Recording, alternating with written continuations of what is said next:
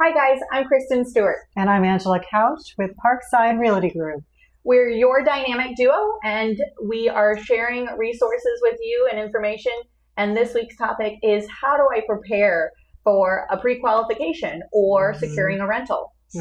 Yes, there's lots of things to consider. And when you're going to a bank for a loan, whether it be for land, purchasing a home, or even getting a rental, you're going to get a credit check and they're going to look into your debt to ratio through credit cards, things you own, vehicles, and they're going to modify everything together as well as your cost of living. There's a lot of things people forget to think about. The other thing on that is anything you might even be a co-signer on. The debt does count against you. And things to consider when you're pulling that ratio, and whether you're purchasing, different types of loans allow a different ratio of debt to income. You're also allowed a different debt to income ratio for your housing debt. All of these things are what the banks look at or what the landlords will look at. One thing we had come up often, especially in tenant applications, is there'll be medical bills they decide not to pay.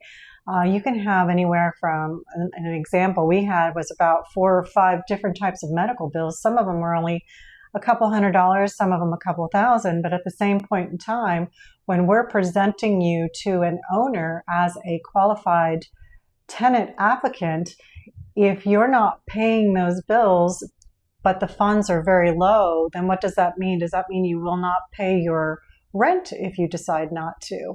It's very important to understand that the back draw is your portfolio, and it kind of is a representation of what you prioritize and take care of in responsibilities towards debt. Yep, things in collections are generally a big no for a lot of landlords we work with. While there can be exceptions to that, if it goes to collections, it means you haven't paid your bills. And for lenders too. The other aspect is, you have credit cards or lines of credit and your limit might be $10,000. Oh, but I never spent that. Well, that's great, but that's still open lines of credit to get into debt. And lenders will look at that as a deficit. Yeah, when lenders look at it, they look at the $10,000.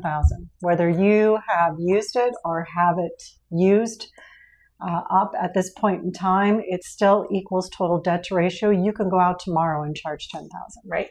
So in doing that too, we just did a conversation with another person, and they had a $24,000 credit limit. They only had under $5,000 on it, and they're trying to pre-qualify.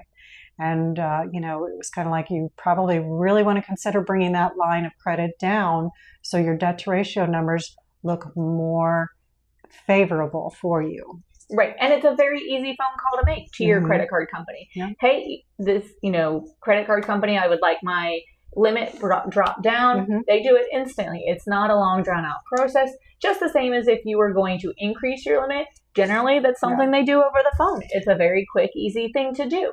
And you could always raise your limit again later because you want to look favorable to the banks or the pre-qualification process to make sure that you get approved and there's no problems.